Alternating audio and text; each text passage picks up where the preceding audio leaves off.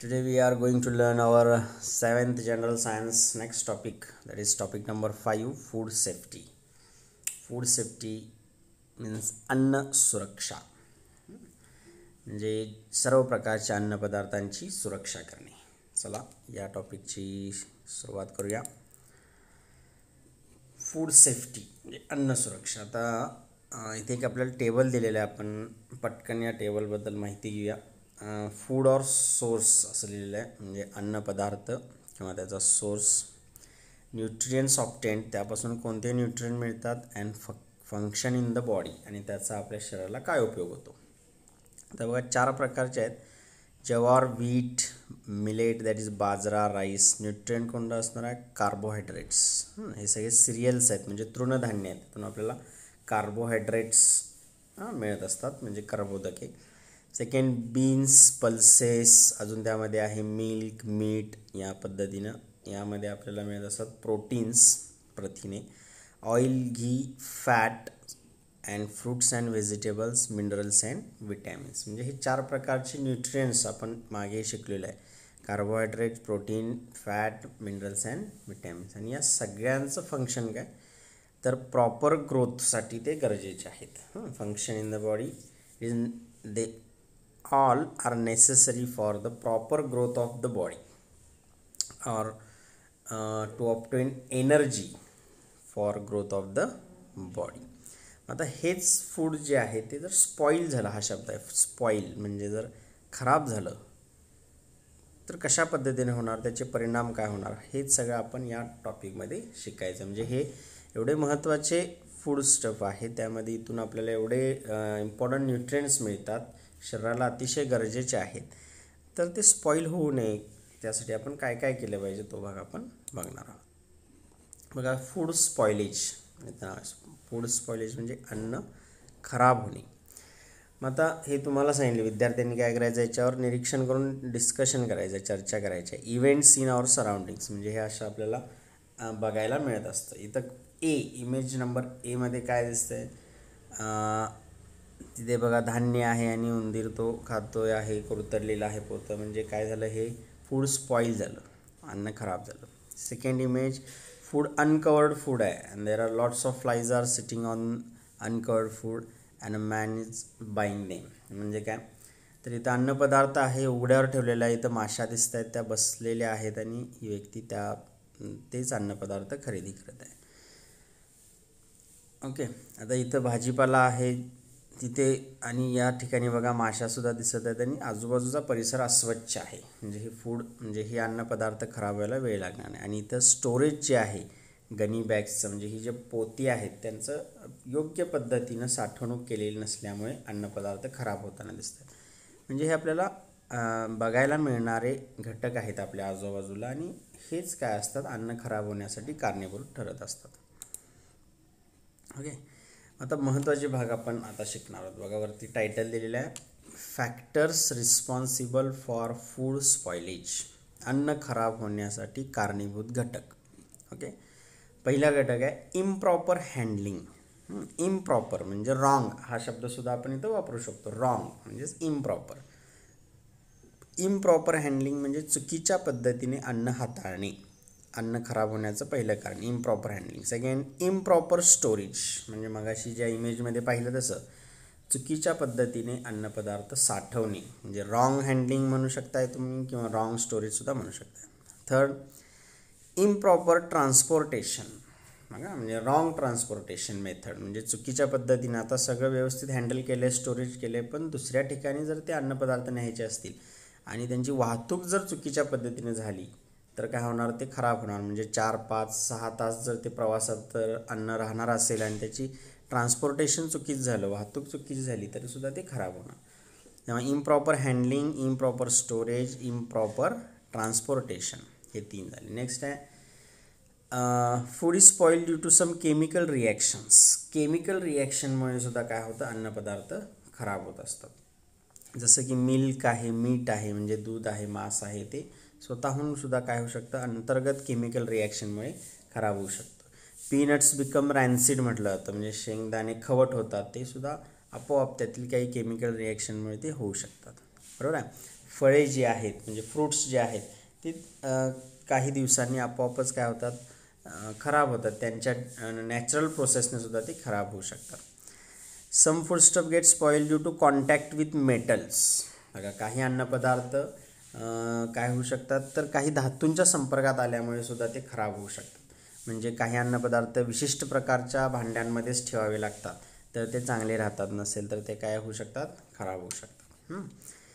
आता इथे next last आहे कंटेमिनेशन. हा एन खाली आलेला आहे. Contamination by microbes or insects. म्हणजे दूषित होणे. कंटेमिनेशन म्हणजे दूषित होणे. कोणामुळे? मायक्रोब्स, सूक्ष्मजीव आणि काही कीटकांच्यामुळे.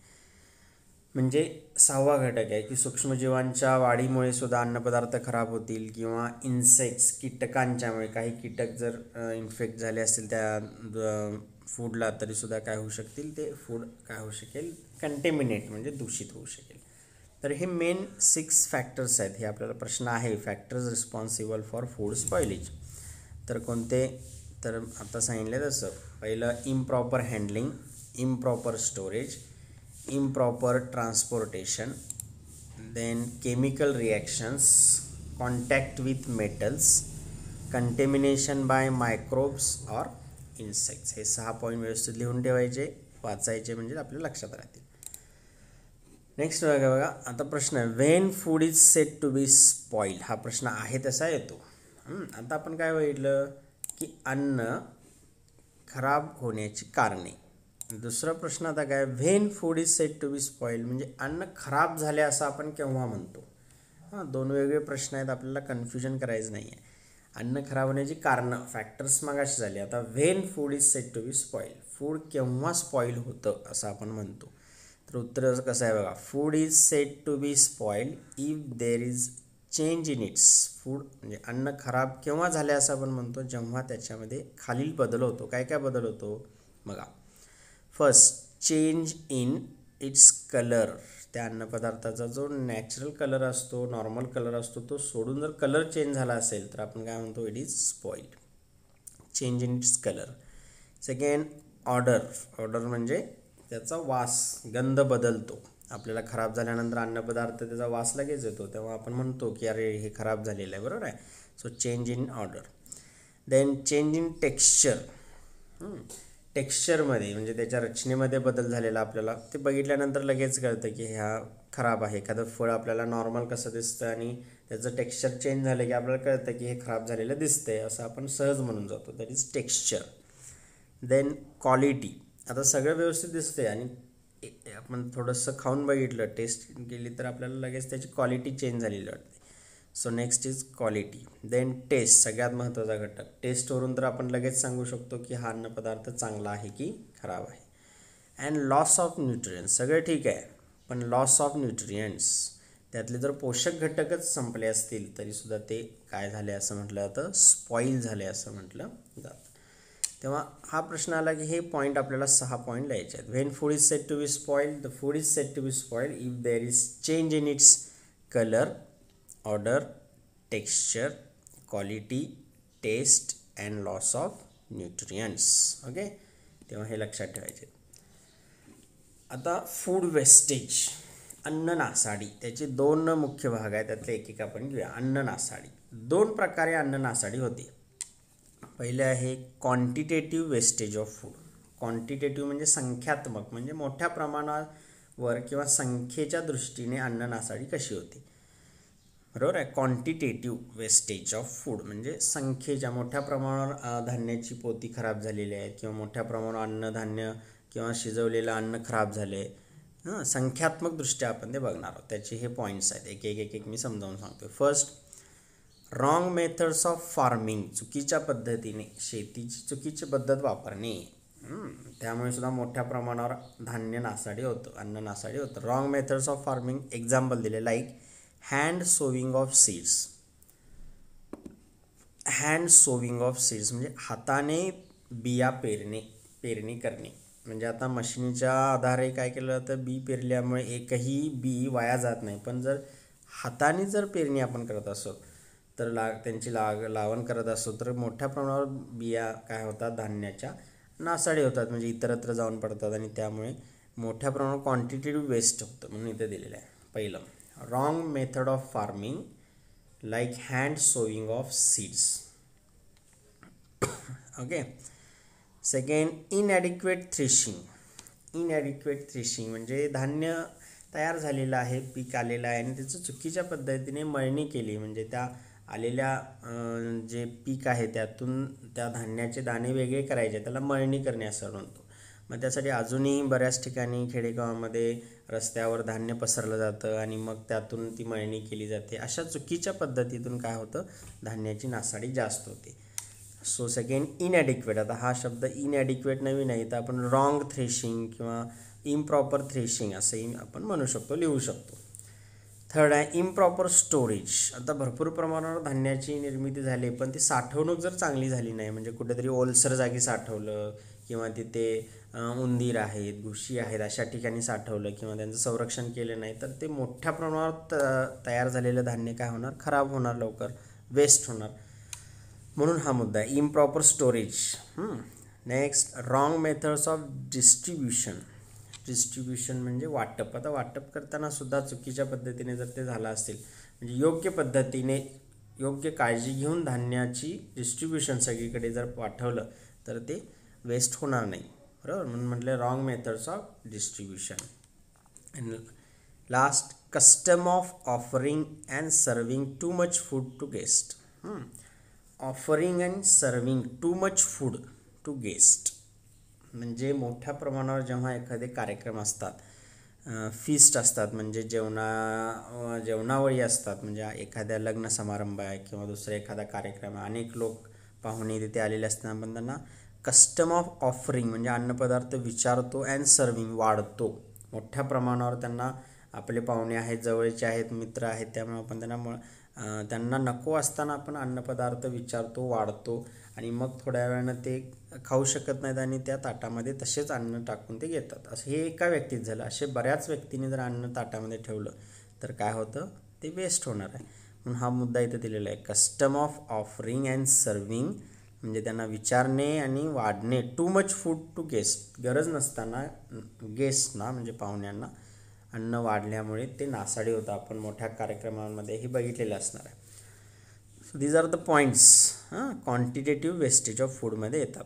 फूड वेस्टेजमध्ये मोठ्या प्रमाणावर संख्यात्मक अन्न नासाडी या पद्धतीने होते. आता दुसरा पॉईंट आहे क्वालिटेटिव्ह वेस्टेज ऑफ फूड. इथं बघा, क्वालिटेटिव्ह म्हणजे अन्न आणि अन्नपदार्थांची नासाडी गुणात्मकदृष्ट्या कशी होते, म्हणजे त्याची क्वालिटी कमी कशी होते. फूडची क्वालिटी कमी कोणकोणत्या कारणामुळे होते ते आपण बघायचं. पहिलं आहे wrong method of protecting food. अन्न सुरक्षित ठेवण्याच्या चुकीच्या पद्धती जर वापरल्या तर.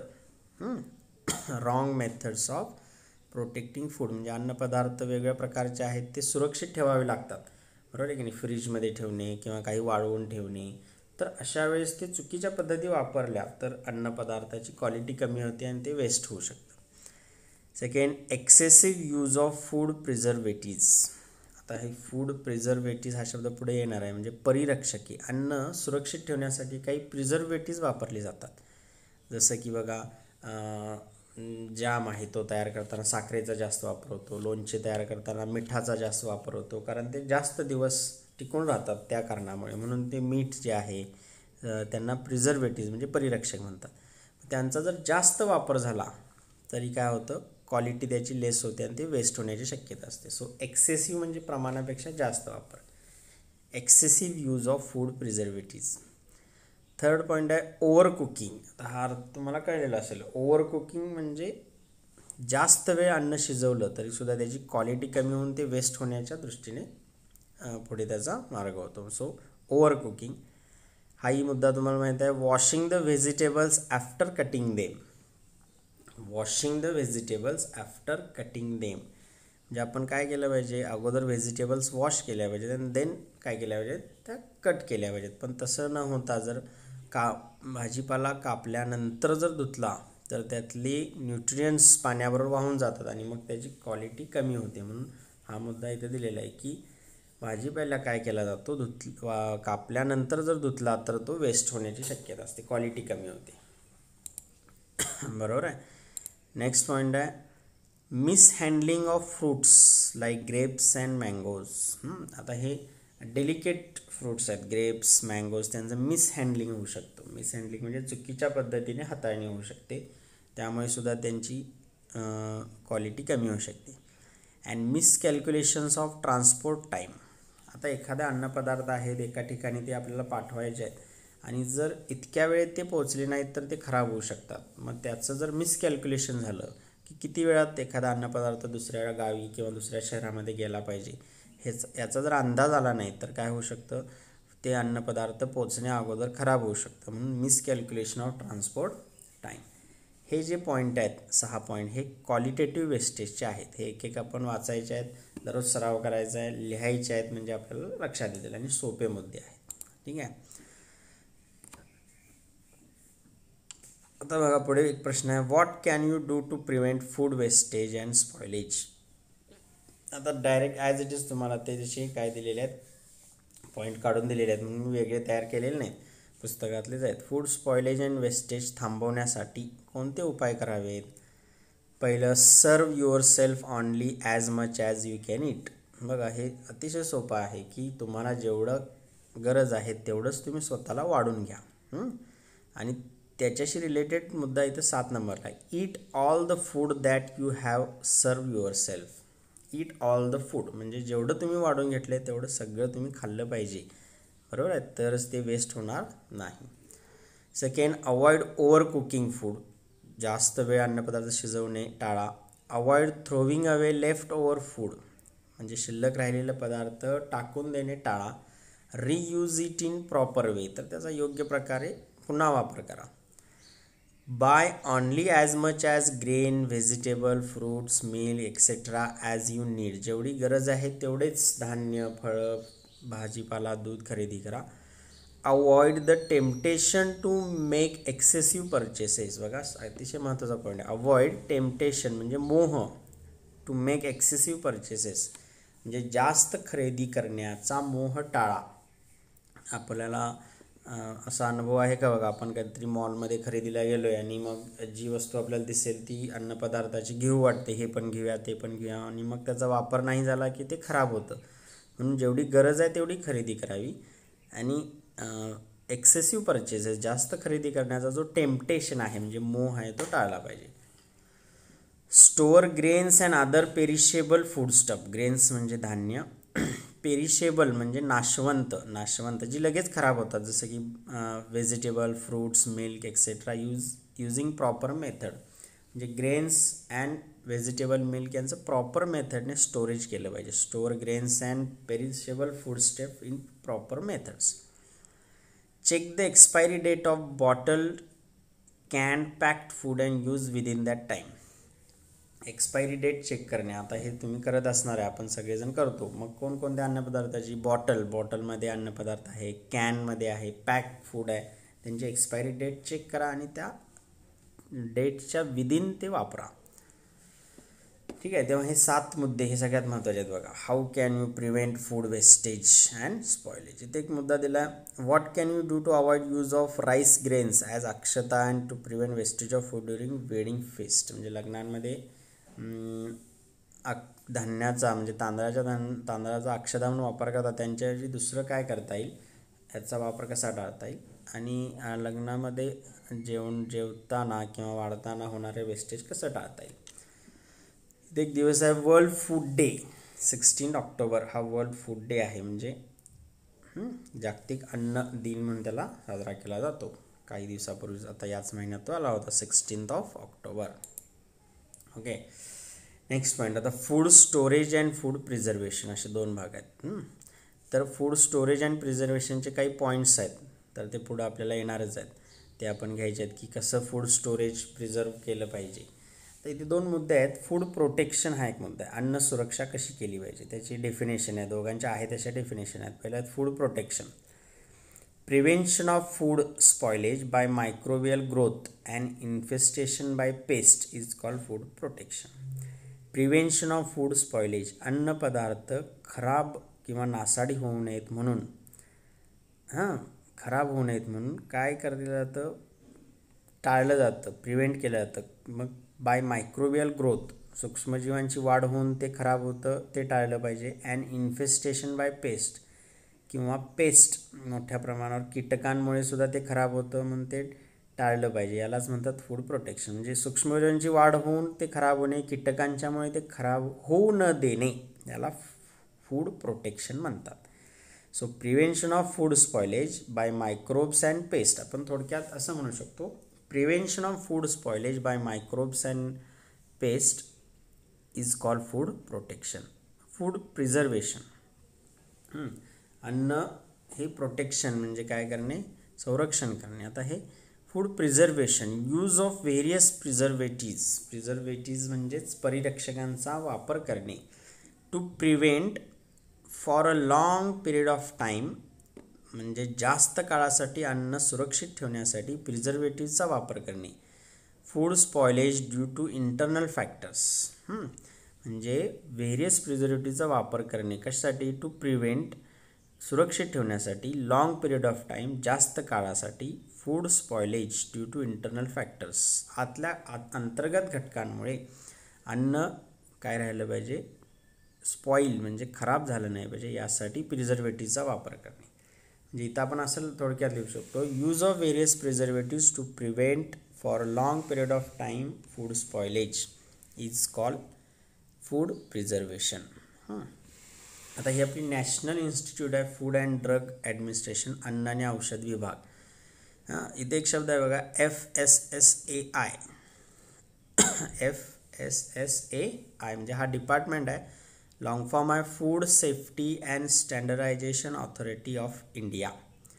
हा एस्टॅब्लिश झाला म्हणजे हे स्थापना झालेलं आहे एक कायद्यानुसार.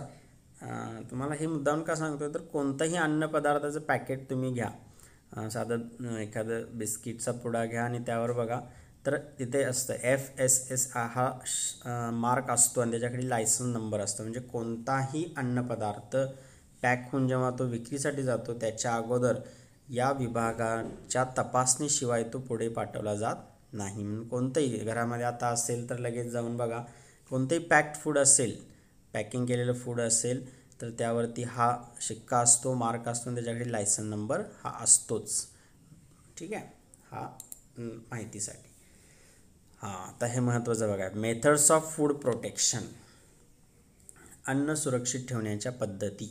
बघा एक 7 पद्धती आहेत. आपल्याला नावंसुद्धा विचारले जातात किंवा त्यांची एक एक ओळीत माहितीसुद्धा लिहावी लागते. एक एक आपण घेऊया. पहिला आहे फ्रीजिंग. आपल्याला माहिती आहे अन्न फ्रीजचा वापर करून सुरक्षित ठेवणे. बघा, biological and chemical reactions in food materials are slow down at low temperature. फ्रीजमध्ये लो टेम्परेचर असतं. किती टेम्परेचर असतं, 5 डिग्री सेल्सिअस लक्षात ठेवायचं. फ्रीजमध्ये 2 भाग असतात, एक deep freezer and regular fridge part. त्यामध्ये फ्रीझरचा जो भाग असतो तिथं टेम्परेचर 0 डिग्री सेल्सिअस असतं किंवा त्यापेक्षा कमी होऊ शकतं. आणि फ्रीजचा जो इतर भाग असतो तिथं ते अप टू 5 डिग्री सेल्सिअस असतं, म्हणजे 5 अंशपर्यंत तापमान असतं. ठीक आहे, मग एवढ्या कमी टेम्परेचरला एखाद्या अन्नपदार्थातील बायोलॉजिकल अँड केमिकल रिॲक्शन्स काय होतात, स्लो डाऊन होतात. त्यामुळे बायोलॉजिकल म्हणजे मायक्रोब्सची वाढ तिथं होत नाही, ते चांगलं राहतं. So as a result food remains in good condition for longer duration. Second, smoking म्हणजे काही धुराचा वापर केला जातो. Food is preserve with the help of smoke, धुराचा वापर केला जातो. मग त्यामध्ये नाव दिलेलं आहे aluminium phosphide is use in this method. नाव लक्षात ठेवायचं, स्मोकिंग ॲल्युमिनियम फॉस्फाईड वापरलं जातं. थर्ड, यूज ऑफ इन्सेक्टिसाइड्स म्हणजे कीटकनाशकांचा वापरसुद्धा केला जातो. धान्याची जर पोती असतील तर त्यावरती कीटकामुळे ते खराब होऊ शकतं, त्यामुळे इन्सेक्टिसाइड. मग यामध्ये दिलेलं आहे malathion is spread on the gunny bags containing food. Gunny bags म्हणजेच पोती, त्यावर मेलॅथिन हे इन्सेक्टिसाइड स्प्रेड केला. यूज ऑफ इन्सेक्टिसाइड नाव लक्षात ठेवायचं आणि त्यातला जर भाग विचारला तर मेलॅथिऑन हे स्प्रेड केलं जातं. इरेडिएशन म्हणजे काही रेजचा वापर केला जातो. पुढं मी सांगणारच आहे रेज. बघा, in this method food is expose to ionising radiation such as high energy electrons emitted by accelerators. तर हा थोडा भाग नवीन आहे, आपण एवढंच लक्षात ठेवायचं. In this method food is expose to ionising radiations or food is expose to कोणते रेडिएशन, X rays, gamma rays. Okay. तर food is expose to X rays, gamma rays emitted by radioactive isotopes and this process destroy. या प्रोसेसमुळे, या किरणांचा वापर केल्यामुळे त्यामध्ये microbes, insects यांच्यावर परिणाम होतो आणि ते चांगले टिकून राहतात. Shelf time of fruits, shelf life of fruits increase due to increase in ripening period. The shelf life of potatoes and onions increases due to slow down sprouting. म्हणजे काय, आता पोटॅटोज आहेत म्हणजे बटाटे आहेत, कांदे आहेत, त्यांना लगेच काय येतात, कोंब येतात म्हणजे अंकुर लगेच फुटतात आणि मग काय होतं, शेल्फ लाईफ म्हणजे स्वतःची त्यांची एक जीवन प्रक्रिया असते, ते लगेच होतात, पिकतात आणि मग त्यातून लगेच पुढे त्यांना अंकुर येण्याची प्रक्रिया होते. पण असं घरामध्ये आपण बघतो तर त्यामध्ये काही दिवस ठेवलेले असले तरी त्यांना येत नाहीत, कारण हे काय केलेले असतात, गॅमा रेज त्यांच्यावरती फवारलेले असतात, त्याच्यामुळे त्यांचा तो पिरियड आहे तो लांबतो आणि त्यामुळे काय होतो, ते चांगले जास्त काळ टिकून राहतात. म्हणजे पुढची नेक्स्ट मेथड आहे इरिडेशन. यामध्ये x rays, gamma rays spread केलेले असतात. नेक्स्ट आहे यूज ऑफ इन्सर्ट गॅस. आता हे तुम्हाला माहितीच आहे, कसं मी सांगतो बघा. Nitrogen gas is filled in air tight packets of potato wafers और अदर फूड प्रॉडक्ट्स, दस preventing the growth of fungus and insect them. म्हणजे पॅक्ड जे फूड आहे म्हणजे पोटॅटो वेफर्स, बरोबर आहे, त्यासारखे जे इतर जे सगळे आहेत त्यामध्ये नायट्रोजन गॅस फिल केलेला असतो. कशासाठी, फंगस आणि इन्सेक्ट त्यामुळे वाढू नयेत, म्हणजे आतमध्ये आपोआप बुरशी वाढू शकते, ती वाढू नये म्हणून पोटॅटो वेफर्समध्ये नायट्रोजन गॅस भरलेला असतो. हा महत्त्वाचा भाग आहे. यूज ऑफ प्रिझर्वेटिव्ज, परिरक्षकांचा वापर. दोन प्रकारचे आहेत, नॅचरल प्रिझर्वेटिव्ज म्हणजे नैसर्गिक, त्यामध्ये कोणते आहेत बघा, सॉल्ट, शुगर, ऑइल, बरोबर आहे, हे आहे, हे लक्षात ठेवायचं. आणखी एक आहे यामध्ये टर्मरिक म्हणजे हळद, हा सुद्धा नॅचरल प्रिझर्वेटिव्ज आहे. 4 लक्षात ठेवायचे. नैसर्गिक परिरक्षके म्हणजे salt, sugar, oil and turmeric. बघा जॅम, मुरांबा म्हणजे हे आपल्याला माहिती आहे, यामध्ये त्यांचा शुगरचा वापर होतो, पेठा एक्सेट्रा. नॅचरल प्रिझर्वेटिव्ज हे 4, salt, sugar, oil, turmeric. Chemical preservatives, acetic acid, त्याला आपण विनेगर म्हणतो, किचनमध्ये ते वापरलं जातं, आहारांमध्ये वेगवेगळ्या. Citric acid, sodium benzoate and some nitrate and nitrite salts. पण केमिकल म्हटलं की आपण किमान 3 तरी लक्षात ठेवायचे. ॲसिटिक ॲसिड म्हणजे vinegar, citric acid and sodium benzoate. ठीक आहे. They are use in sauces, sauce, okay, माहीत आहे, jellies, jams, packed ready to cook vegetable, packed and ready to cook, pack आहे आणि लगेच शिजवायला चालू शकतं असे. रेडी टू ईट फूड, काही पॅकेटमधून आपण आणून रेडी टू ईट तयार आहेत, खाऊ शकतो, त्यामध्ये अशांचा वापर केलेला असतो जे जास्त काळ टिकून त्यांना ठेवतो. आणि शेवटचं आहे पाश्चरायझेशन. यामध्ये काय होतं, हे मिल्कशी रिलेटेड मेथड आहे. This method involves heating the milk or other similar food stuff. काय केलं जातं, दूध जे आहे ते 80 डिग्री सेल्सिअसपर्यंत तापवलं जातं, 80 डिग्री तापमानाला, आणि ते लगेच थंड केलं जातं. या प्रक्रियेला पाश्चरायझेशन म्हणतात. मग what is mean by pasteurisation? Milk is heated up to 80 degree Celsius and then cooled quickly. This is known as pasteurisation. दूध 80 डिग्रीला तापवलं जातं आणि लगेच थंड केलं जातं. त्यामुळे काय होतं, this process destroys the microbes present in milk and keeps for a longer duration. आणि यामुळे त्यातले जे मायक्रोब्स आहेत म्हणजे सूक्ष्मजीव आहेत ते डिस्ट्रॉय होतात आणि दूध जास्त काळ चांगलं राहतं. दिस इज नोन ॲज पाश्चरायझेशन. तर या सगळ्या मेथड्स ऑफ फूड प्रोटेक्शन. आपल्याला प्रश्न आला मेथड्स ऑफ फूड प्रोटेक्शन लिहा, तर फक्त नावं लिहायची. Freezing, smoking, use of insecticide, irradiation, use of insert gas, pasteurization, use of preservatives, आणि यातली एखादी माहिती सेपरेट विचारली तर ती माहिती आपण तेवढीच एका वेळीत लिहायची. हा एवढा तक्ता आपण वाचला तर आपल्याला ती माहिती लक्षात राहू शकते. तर पुढे फूड अडल्ट्रेशन हा शब्द आहे. फूड अडल्ट्रेशन म्हणजे भेसळ होणे. आता इथे चार्ट आहे बघा. फूड स्टफ, अन्न, अडल्ट्रंट म्हणजे त्यात काय मिसळतात ते आपण इथं बघायचं. मिल्क, वॉटर, रेड चिली पावडरमध्ये काय मिसळतात, ब्रिक डस्ट म्हणजे विटांचा चुरा, आता सीड्स ऑफ पपया मिसळले जातात कशामध्ये, ब्लॅक पेपरमध्ये, म्हणजे काळी मिरीमध्ये हे मिसळले जातात भेसळ म्हणून. आईस्क्रीममध्ये काय मिसळलं जातं, वॉशिंग पावडर मिसळली जाते. म्हणजे असे अनेक प्रकारे अन्नामध्ये भेसळ केली जाते, त्याला फूड अडल्ट्रेशन म्हणतात. त्याचा परिणाम काय होतो बघा, the health of all people, young, old, poor, rich, is endangered by food adulteration. अन्न भेसळ झाली तर सर्व लोकांचं आरोग्य धोक्यात येतं, मग तो गरीब, श्रीमंत, तरुण किंवा वयस्कर सगळ्यांचं. मग काय परिणाम होतात, सम अडल्ट्रन्स कॉज ॲबडॉमिनल डिस्कम्फर्ट. ॲबडॉमिनल म्हणजे पोटाचे विकार होतात, ऑर फूड पॉयझनिंग, विषबाधा होते. while some may affect the functioning of some organs if consumed over a long period of time. जास्त काळासाठी जर असे भेसळयुक्त आहार घेतला तर काही इंद्रियांवर परिणाम होतो, और इवन कॉज कॅन्सर, कर्करोग होण्याची सुद्धा शक्यता असते. Food is adulterated in this way too. या पद्धतीने सुद्धा अन्न भेसळ होऊ शकते. बघा, पहिला आहे removal of some important components of food. For example, removal of fat content of milk, essence of cloves, cardamoms etcetera. म्हणजे इम्पॉर्टंट कंपोनंटसुद्धा जर काढून घेतले, म्हणजे दुधातून त्याचं फॅट कंटेंट काढून घेतला, क्लोव्ज अँड कार्डमममधून त्याचा इसेन्स रिमूव्ह केला, तर ते भेसळच म्हटली जाते. Mixing of low quality inedible or cheaper material or harmful colour with food. अन्नपदार्थात कलर मिक्स करणे, हार्मफुल कलर मिक्स करणे किंवा चीपर मटेरियल मिक्स करणे. म्हणजे जसं की इथं मिल्कमध्ये वॉटर आहे, रेड चिलीमध्ये काय केलं जातं, ब्रिक डस्ट, विटांचा चुरा मिसळला जातो, सीड्स ऑफ पपया ब्लॅक पेपरमध्ये मिसळला जातो, त्यामुळे सुद्धा अन्न भेसळ होते. Mixing of some harmful material like small stones, fine sand, iron filings, urea, dung of horses, sawdust.